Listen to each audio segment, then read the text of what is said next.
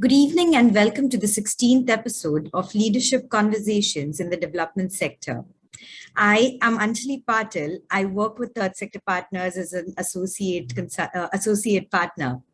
The social impact sector is full of passionate leaders with innovative outlooks on the world's greatest problems.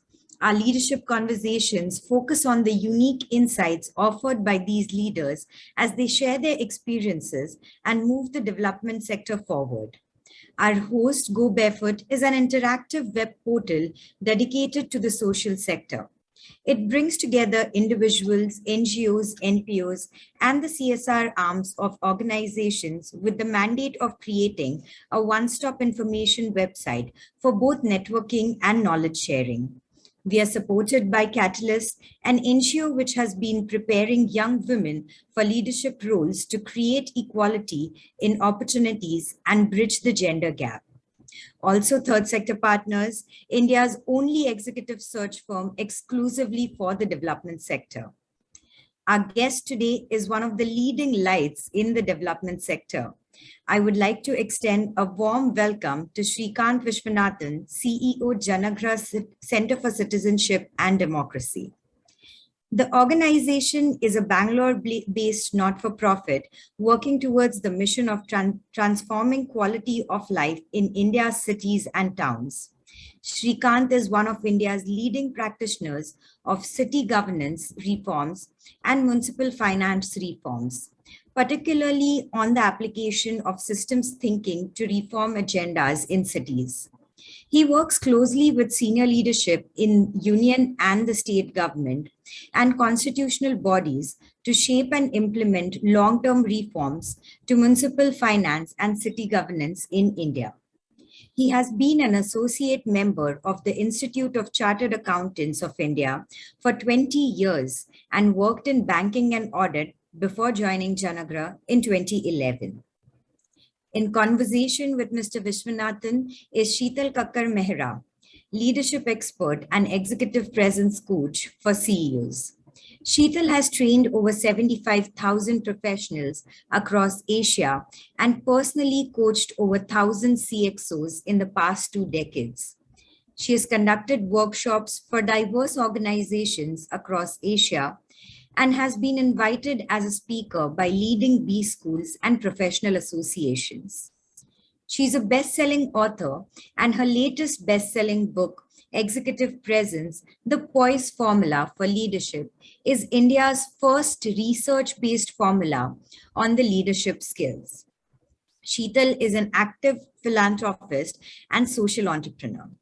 I once again welcome Srikanth, and over to you, Shital. Thank you, Anjali. Welcome, Srikanth. Wonderful to see you, and we are very excited to hear your views. And I'm going to start with the first question. Now, globally, the divide between the social and the corporate sector is breaking. You've worked with a leading consulting firm, followed by an MNC bank, and then you switched to the social sector. So, according to you, what are some of the processes that the development sector can learn from the corporate sector and vice versa? Thank you, Shital. Thank you for the entire team for this very warm welcome. It's a delight to be here with all of you. Responding to your question, Shital, firstly, I think it's a very important question, particularly in the post-COVID era. If I had to pick one principal area of learning for the development sector from the corporate sector, that would be internal systems and processes. Essentially,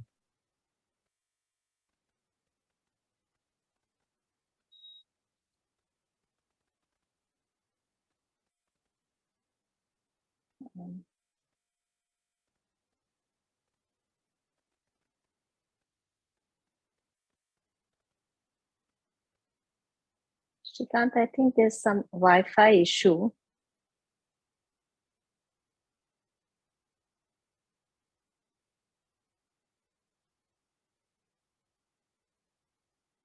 Okay, I guess he'll be back in a few moments. That's technology is a boon and a bane.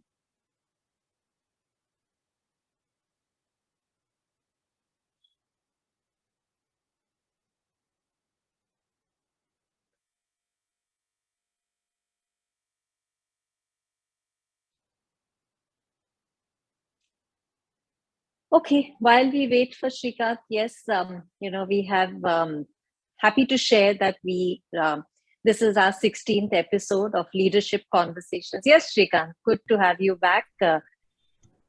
I seem to have full internet strength. I'm so sorry. I have no idea why. No, it's okay. I said technology is a boon and a bane. So yes, there are two sides of the same coin.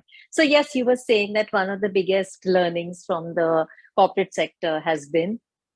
Yes. So is on internal systems and processes, on efficiency and effectiveness of operations.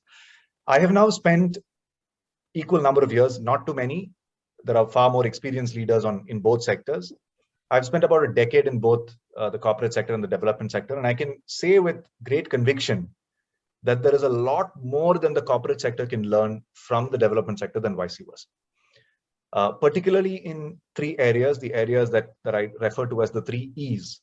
One is on equitable access to opportunities for all stakeholders, both for employees, but also for other stakeholders. Secondly, environment sustainability. And thirdly, democratic engagement. By democratic engagement, I mean recognizing oneself, one's own legal entity and individual selves as citizens of the community that you live in. So the 3 E's of equitable access to opportunities, environment sustainability, and democratic engagement are all areas where the corporate sector can learn a lot more from the development sector. Currently, to be candid, globally, the corporate sector is treating these areas with a certain degree of tokenism. There are leaders who want to do better. There are leaders who want to genuinely contribute to these areas. But by and large, at a sector level, globally, it's being addressed through tokenism. I think whole of society development, whole of systems development is not something that the corporate sector understands very well and can learn in great measure from the development sector. The corporate sector currently has a very linear approach and not a systemic approach. In some ways, if I were to stretch this argument, I would say the development sector is a lot more about societal leadership, and the corporate sector is still a lot more about managerial efficiencies. Interesting. In fact, I would like to add another E, which is empathy. Empathy was only connected to the development sector, but now that we have seen during the pandemic, even the corporate sector is talking so much about leadership and empathy. So yes, thank you. Very unique insights. And what do you think? Would be the learning? One more learning that the development sector can have in terms of scalability, or anything else that you would like to share? Like I said, overall, I would say effectiveness and efficiency of operations. Certainly, when you have repeatable models, how do you manage those repeatable models and grow them at scale is certainly something that the corporate sector can somewhat impart to the development sector, without any doubt. The only reason I emphasized a lot more on the reverse is because I think we, at some level, at the current stage of maturity or conversations in the Indian development sector, we appear to be overemphasizing the learning from the corporate sector to the development sector and underemphasizing the learning from the development sector to the corporate sector. Superb. I was just trying to rebalance that emphasis to some degree. But I mean, there is no doubt that repeatable models, scaling operations efficiently and effectively is something that we can learn from the corporate sector. Yes, certainly. Superb. Thank you so much. Now, you do a lot of work with the governments at the state level, at the central level. And we have also seen during the pandemic, for the first time possibly in the history, that the corporate sector, the development sector, and the government had to work together and collaborate, whether it was awareness building, mask wearing, vaccination drives. So everybody had to come together. So now I'm going to ask you, what can the government learn from the development sector and the other way around? Right. So I'd say there are two things that I believe governments can learn from the development sector in India. One is a long-term approach to human development. Civil society organizations generally, by and large, take a long-term approach to human development, whereas governments sometimes tend to be overtaken by short-termism. So certainly that's one area. But frankly, this is more about persistence. This is more about acknowledging the need for a long-term approach and acting on it. It's not that governments are not aware of the need for a long-term approach, but it's that they've succumbed to the temptation of short-termism more often than they should. I must, however, emphasize that there are several examples and several emerging examples of symbiotic learning between the development sector and governments, both during COVID, but also preceding COVID. And the way I read the situation is there appears to be a shift over the last decade of the role of the development sector partially away from the traditional role of holding the government to account to a role of partnering with governments in building their own capacities. I think there is greater recognition among governments that they are not going to be able to address human development by themselves. They need to work in partnership with markets and with civil society. There's greater acknowledgement right now. And there's a greater willingness to share roles with markets and civil society, though not co-creating, not necessarily co-creating the agenda, but perhaps more in implementing the agenda. But it's an interesting trend, nevertheless, where the development sector is contributing to building state capacities. That's Wonderful. That's a trend. Looks very positive and looks very bright. So I'm just going to move on. That in the past 2 decades, Janaagraha has worked extensively on civic learning and civic organization and participation. So please share with our listeners who are from the NGO, NPO world and social impact world about a couple of initiatives that Janaagraha has done to transform the quality of life in our cities. Shital, before I come to that, if you will permit me to add another learning Sure. that the government could perhaps take from the development sector, it's working at intersections. Development sector organizations tend to put communities at the heart of human development journeys. And therefore, they understand working at intersections of gender, of water and sanitation, of poverty and livelihoods, of place-based development, area-based development a lot better. Governments, by definition, are sometimes constrained by silos. There are different departments, there are different ministries. They don't talk to each other, they don't collaborate and work with each other as effectively as the development sector is able to. So that would be a second area where governments can collaborate effectively with development sector and learn from the development sector on working at intersections, which is increasingly becoming critical in human development. Coming to your latest question, 2 of the initiatives, we of course run a variety of programs working both on citizenship and on governance reforms. If I had to call out 2 initiatives in the areas of civic learning and civic participation, they would be the Our City, Our Challenge initiative and the My City, My Budget initiative. Our City, Our Challenge is a civic learning project activity as part of which school students, generally in the grades of 6 to 10, form teams, identify a civic, social or environmental issue that they care about, identify the root causes for those issues, engage with communities, understand the role of governments, particularly local governments and elected representatives in both the problems and the solutions, and then come up with their own innovative approaches to solving those. The purpose of Our City, Our Challenge is to ensure that every child is an active citizen and that there is youth leadership that is developed in our cities, and 21st century skills get more deeply embedded in the learning process. The second initiative that I would call out is the My City, My Budget participatory budgeting initiative. While the Our City, Our Challenge initiative is slightly more broad-based, it any group of students anywhere in India can participate, primarily through the digital mode, but their activity tends to be on ground.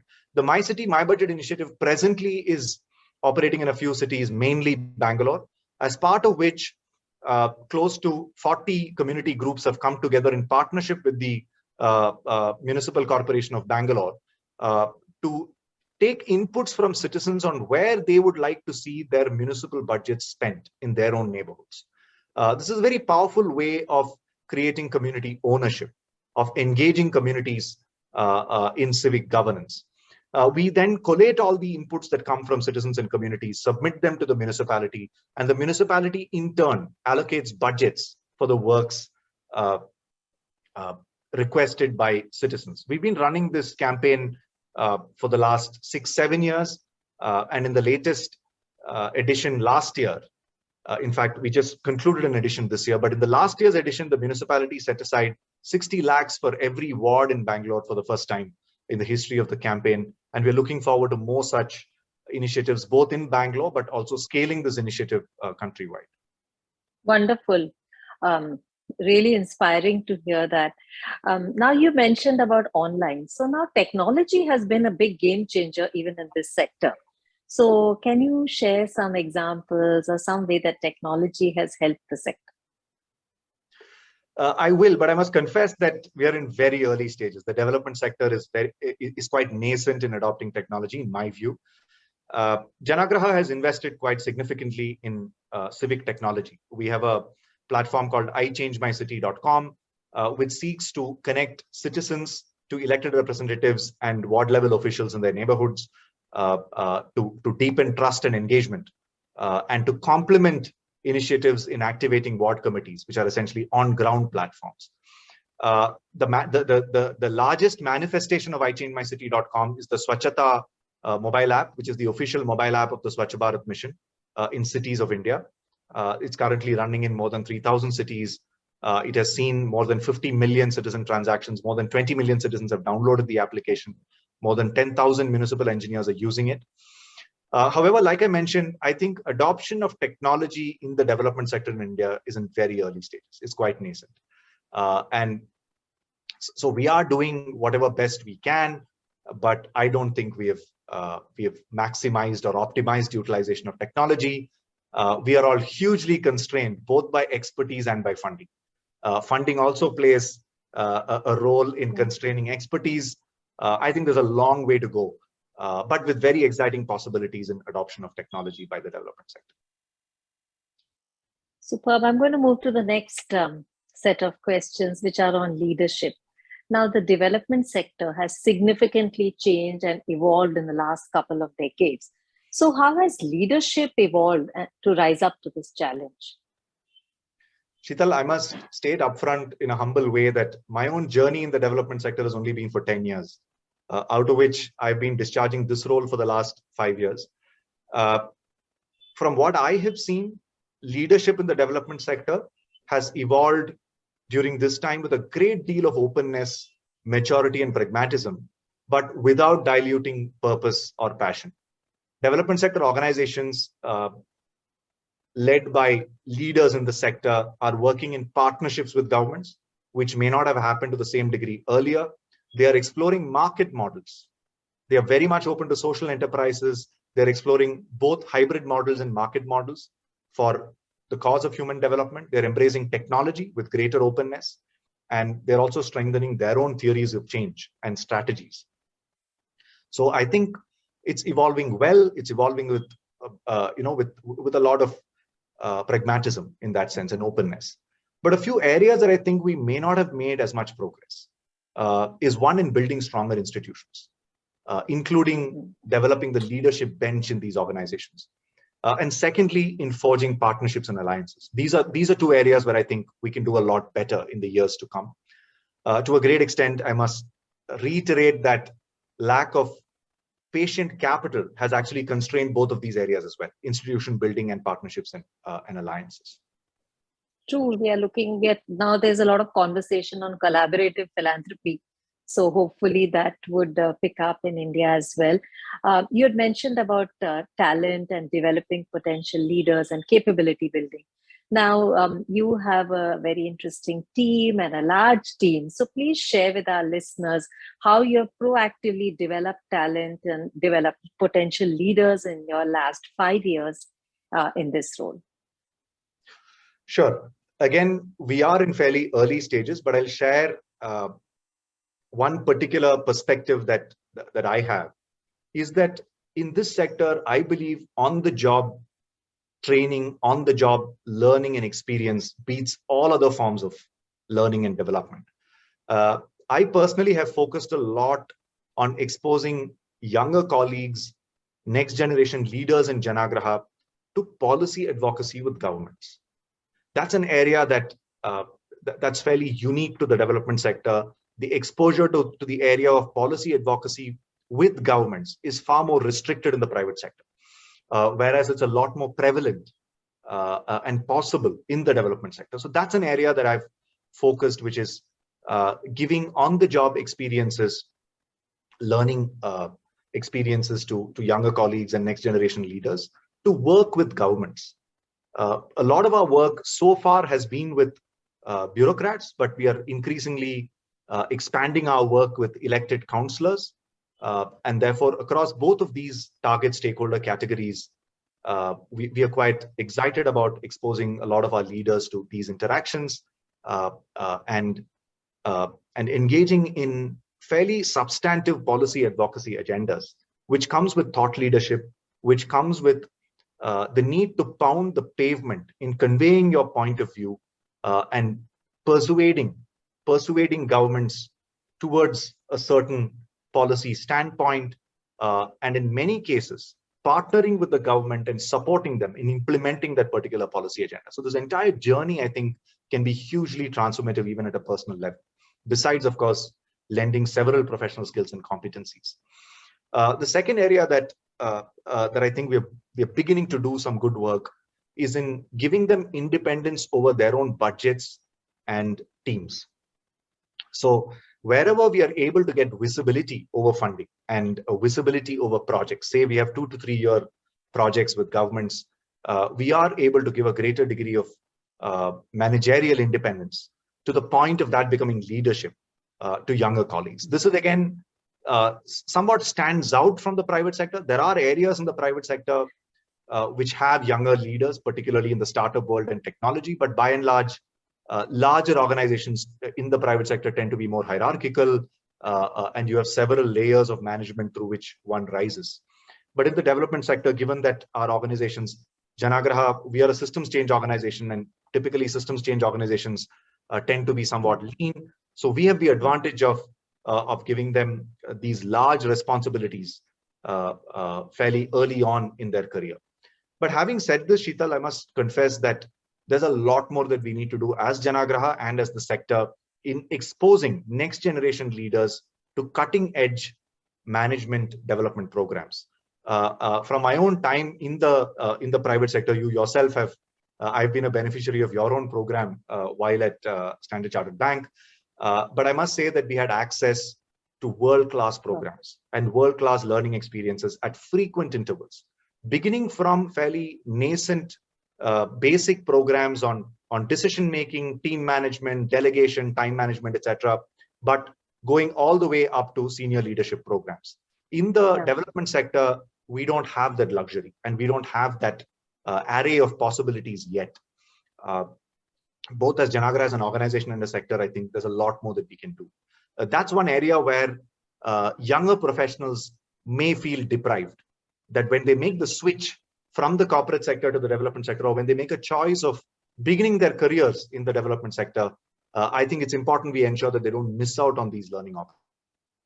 Yes, that's true. The corporate sector, because of budgets as well as the way it's structured, has a lot more learning interventions and investments.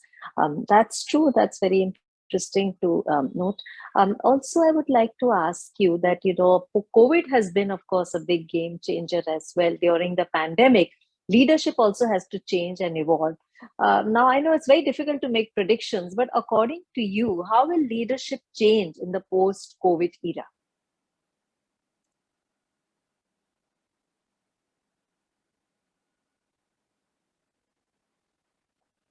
I think there's a little bit of a connectivity issue.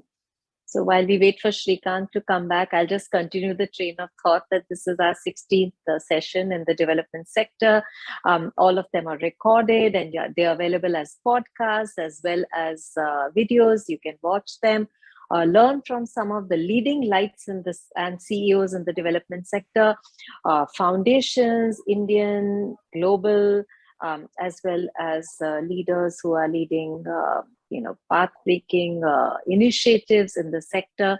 So while we wait for Srikanth to come back, all this information is available for those who are interested to learn from the leaders in the sector. And it is available as a video, as an audio, and a lot more, which has been done by Leadership Conversations in the Development Sector. It's a set of 50 episodes. So we are on episode number 16. And yes, I think Srikanth is back. Yes, sorry, Srikanth. So continuing the conversation, Srikanth? Yes, I can hear you, Shital. Yes, okay, Yes. super. So how will leadership change? I know it's very difficult to make predictions, but what do you feel? How will leadership change in the post-COVID era? It's an interesting question. At a tactical level, I think we need to contend with hybrid working. That comes with its own opportunities and challenges. I say opportunities because we can be a lot more gender intentional in our workplace policies. We can be a lot more flexible. Productivity in some ways may increase. We can save on carbon footprint, etc. So there are interesting possibilities with hybrid working. We could even have physical presence in different cities if you have your team members placed in different parts of the country, and therefore you get exposed to different communities and governments, etc. But on the downside, many development sector organizations don't have very mature accountability systems, may not be set up very well for hybrid working.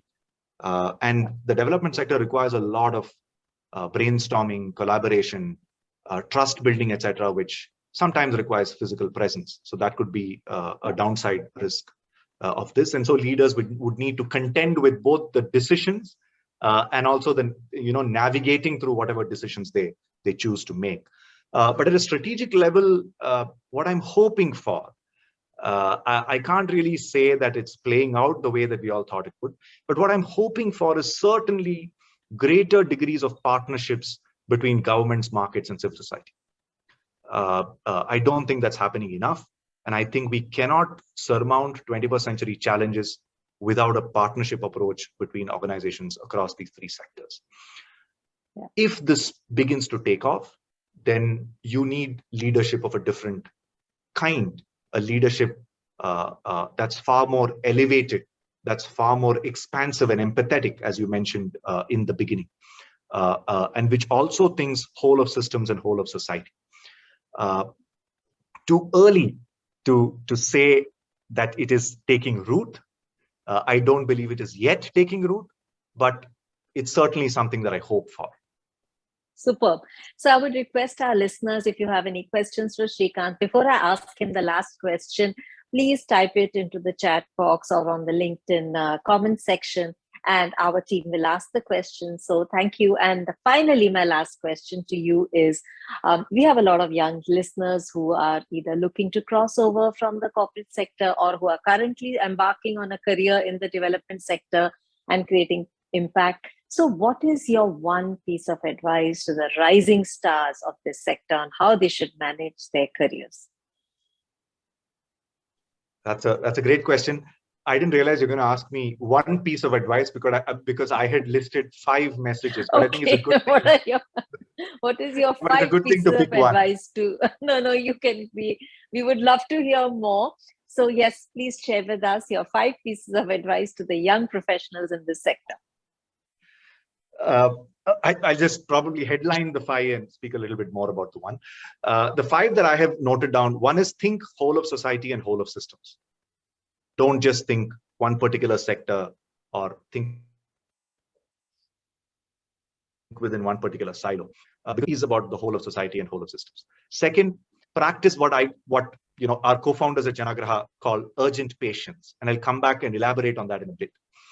Third is engage constructively with both governments and communities. Many times, development sector organizations tend to either work only with communities or work only with governments. There are increasing number of organizations working with both, but I think it's important to engage constructively with both. Neither adopt the path of aggressive confrontation nor toothless collaboration. The fourth message I have is not to forget the significance of institution building. There's a lot of focus on institution building in the private sector, but not as much in the development sector. So it's important that young professionals start thinking about institutions and the need for institution building. And lastly, the need to practice active citizenship or civic leadership. So these are the 5 that I had jotted down. If I had to pick one out of these, it would be to practice urgent patience, which is urgency in efforts, but patience with results, because that is the nature of human development. Super. That's amazing that you said that so crisply, and yet it is so effective. Yes, urgent patience. And we are going to now take questions. Thank you, Srikanth, for the wonderful insights on leadership in the development sector. And our audience is very impatiently now wanting to ask you a few questions. So the first question that we are going to take is from Steffi from the Catalyst team. So yes, could we have the spotlight on Steffi, please? Hi, Srikanth. So Hi. I am from Bangalore, and I must say Janaagraha has done a lot for the city of Bangalore. A lot of youth, including me, have taken part in the My City, My Budget campaign. So my question here is, how can we encourage our today's youth to take up roles as a city councillor? Excellent question. Firstly, thank you, Steffi, for being an active citizen yourself and for leading by example. Thank you. It's a really tough question because the youth of today have so many options before them in education, in livelihoods, in skilling themselves, in entertainment, in a variety of areas. And therefore, to engage youth in civic affairs and then get them to participate actively in civic affairs, and you're actually going to the extent of saying, how do we get them to fight elections and win and become elected councillors? I don't think is easy. I don't think it's going to be easy. But I think the first step is developing youth leadership by involving them in community level work, which is what we are trying to do through our city, our challenge and our civic learning program. But we need a lot more of those. We need youth fellowships and ward committees. We need our children and youth, like how they participate in Model United Nations. We need programs on Model City Councils, right? Why can't we have a children's committee which looks at city governance and civic affairs, both at a city level and at a ward level? Why can't we mainstream the voice of children and youth in budget making at a city level? Why is it that priorities for the city are set only by adults and many times older males? Which is one of the reasons why even in cities like Bangalore, you see manicured lawns and pathways and parks, which are open only at hours which are convenient for citizens, senior citizens, but you don't see adequate number of playgrounds. Options for teenage girls, for example, for outdoor play are minimum. So I think there are interesting opportunities for us to engage. I for one, am very passionate about youth voting in city budgets and making sure that we have child-friendly budgets and youth-friendly budgets. So we have more playgrounds, we have more open spaces, we have walkable footpaths, etc. So I think it begins by engaging youth in civic affairs. So wonderful. And you spoke about that so passionately. Our next question is from Adhya of Third Sector Partners. So yes, could we have the spotlight on Adhya, please? In the meantime, Sakshi of GoBarefoot, in case there are any questions which have been not answered in the chat box, you could tell us after Adhya's question. Yes, Adhya, over to you. Thank you, Shital. Good evening, Srikanth. I am Adhya. I am part of the Third Sector Partners. I am an associate partner here. So, I was just, while listening through your conversation, I was just thinking that there are a lot of, our series has a lot of audience, both from the corporate and the social sector. And like you spoke about, both the sectors contributing to each other and learning from each other. So the social sector on one hand has a very good level of acceptance of diversity and inclusion that we see now. And I see that Janaagraha is very committed to diversity and inclusion, which is well defined on your website also. What are your suggestions to large organizations, in particular to the corporate world, the corporate sector, who are trying to implement this as as part of their employee policy, and how could they implement this in a sustainable manner? Because I see a lot of corporates struggling through it. So that is something which would be a good insight. See, I'm going to hazard, I'm going to hazard a response to this. Okay. I'm no expert in diversity, equity, and inclusion. I myself am fairly early in my gender championship journey, if you will, but it's an area that I'm passionate about, not just as an end in itself, but also as a means to more inclusive and safer cities. I think if you have cities for women, they become cities for all. So I'm going to hazard a response to your question by saying, I think the journey begins with representation.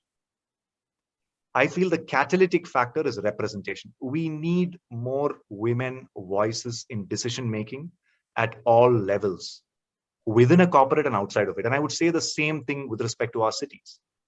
And I think it's a simple way of saying at least 50% of society's functioning is handled by women, at least 50%. We know that in the Indian context, perhaps even globally, if you add women's influence in families, in childcare, in elder care, etc., the range of responsibilities they handle, they probably have a much greater say or weightage, not just 50%, but perhaps 70 or 80%. And therefore, we need to give them a seat at the table. So for every decision that you make, you need to apply a gender lens. You need to have enough number of women. Now, have we achieved that in Janaagraha? The answer is no. I think in terms of overall composition of our teams, we perhaps are at 50-50. But if you look at different levels of the organization, we have 50% representation in our co-founder cohort because we were founded by a husband and wife duo. But if we come to the board and if we come to the senior leadership, we have not yet achieved 50%. But I think something that corporates can and should do is work on representation. Thank you so much. So interesting you say that. Thank you, Srikanth. Very interesting. And I do agree with you that safety of the girl child is not a women's problem. It's a men's problem, and everybody should be involved in that. So yes, Sakshi, any questions in the chat box? Can we have the spotlight on Sakshi, please? Yes, Shital, we do have one question. So one of the listeners would like to hear your thoughts on development of second line of leadership. I feel that sometimes social sector organizations fail for proper development of second line of leadership. Would like to hear your thoughts on that. Yeah, it's a very important but tricky proposition. And I'll share Janaagraha's own experience, because I've been a beneficiary of a second line of leadership being developed in Janaagraha. We were co-founded by Swati and Ramesh Ramanathan, but 9 years ago, we transitioned from a co-founder-led model to a committee-led model. So we constituted a management committee of programs and functions as the first step towards building a bench of leadership in the organization. So the day-to-day operations of the organization were run by this management committee. And thereafter, we transitioned to a CEO plus an executive committee led model. So it was a phased kind of transition. And I must thank one of our donors, Omidyar Network, which worked with us closely, which kind of encouraged us, pushed us towards thinking about a more institutional approach towards institution building, both in terms of having a governing board rather than an advisory board, and constituting the management committee, and thereafter transitioning to a CEO plus an executive committee model. There's no one right way to do this. And we are constrained by availability of a pipeline of leadership. We are constrained by funding that is there to secure this kind of leadership that is necessary. We need a combination of homebred leaders and external leaders who will bring new perspectives. But one thing is for sure, unless you start actively thinking about it and working towards identifying skills and competencies that are needed to take the organization to the next level, we won't be able to build that second line of leadership. So I think the first step is acknowledge it. Second is identify skills and competencies, gauge whether you have them within the organization or need them from outside. If you need them from outside, think about how are you going to acculturize, if I can make up a word. How are you going to undertake acculturation, which is when you get somebody from outside, how are you going to make sure culture and value systems are going to get ingrained in the person who's coming from outside? Have a clear plan for that, and then have a phased process of transition. Because unlike the private sector, value systems, culture matter a lot more in the development sector because the journey is really long. The journey is really long. It's and the goals are not as definitive and objective. So I'd say there's no one right way to do it, but if we don't do this, we are not going to sustain this long journey. Thank you, Srikanth. We've run out of time, but not out of questions. So thank you so much. And a big thank you from GoBarefoot, Third Sector Partners, and Cat